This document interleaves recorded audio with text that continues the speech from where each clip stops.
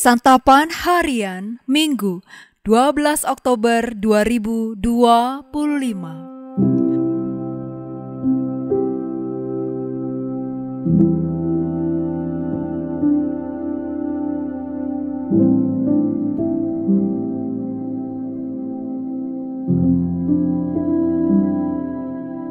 Inilah program Santapan Harian, sebuah program yang mengajak Anda menelusuri isi Alkitab, agar Anda menemukan makna firman Tuhan sesuai dengan konteksnya.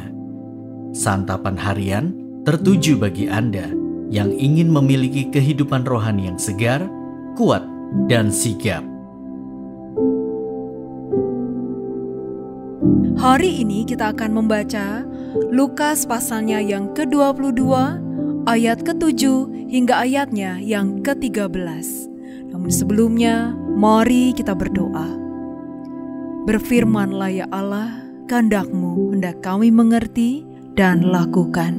Di dalam nama Putra-Mu, Yesus Kristus, kami memohon.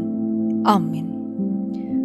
Lukas 22 ayat 7-13. Kemudian tibalah hari raya roti tidak beragi, yaitu hari ketika orang harus menyembelih domba Paskah. Lalu Yesus mengutus Petrus dan Yohanes, katanya, "Pergilah, persiapkanlah perjamuan Paskah bagi kita supaya kita makan." Kata mereka kepadanya, "Di manakah engkau kehendaki kami mempersiapkannya?"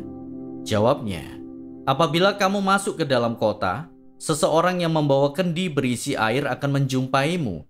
Ikutilah dia ke dalam rumah yang dimasukinya, dan katakanlah kepada tuan rumah itu, 'Guru bertanya kepadamu, di manakah ruangan tempat aku bersama murid-muridku dapat makan Paskah?' Lalu orang itu akan menunjukkan kepadamu sebuah ruangan atas yang besar yang sudah lengkap. Disitulah kamu harus mempersiapkannya." Mereka pun berangkat dan mendapati semua seperti yang dikatakan Yesus kepada mereka. Lalu mereka mempersiapkan Paskah.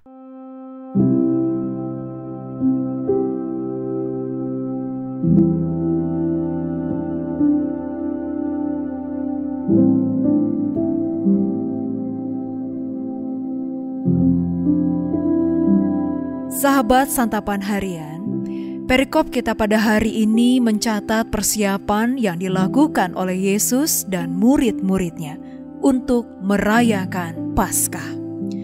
Hari Raya Paskah merupakan perayaan penting dalam agama Yahudi untuk memperingati pembebasan Israel dari perbudakan di Mesir.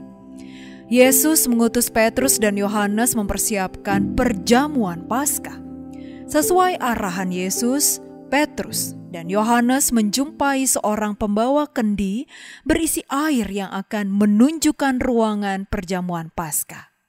Di sanalah mereka mempersiapkan Paskah. Pengaturan tempat untuk perjamuan Paskah yang sudah siap menunjukkan bahwa Tuhan menyediakan apa yang kita butuhkan. Kita diajar untuk mempercayai pemeliharaan Tuhan dalam hidup kita, bahkan ketika kita belum melihat bukti konkret. Murid-murid bekerja sama dalam mempersiapkan perjamuan Paskah. Hal itu menunjukkan pentingnya kerjasama dan tanggung jawab dalam komunitas iman kita. Setiap anggota memiliki peran penting dalam mencapai tujuan bersama.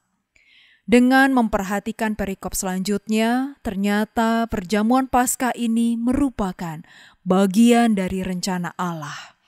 Kita mendapatkan pelajaran bahwa persiapan Paskah perlu mengikuti arahan Tuhan Yesus. Jelas, instruksi Yesus yang sangat spesifik menunjukkan bahwa persiapan ini bukan kebetulan, melainkan bagian dari rencana Allah. Dengan demikian, persiapan Paskah tidak boleh seadanya, apalagi asal-asalan. Kita perlu arahan Tuhan Yesus dalam mempersiapkan Paskah. Arahan Tuhan Yesus bisa melalui firman dan doa. Firman mengajari tentang makna Paskah, sedangkan doa mengarahkan fokus kita kepada Allah.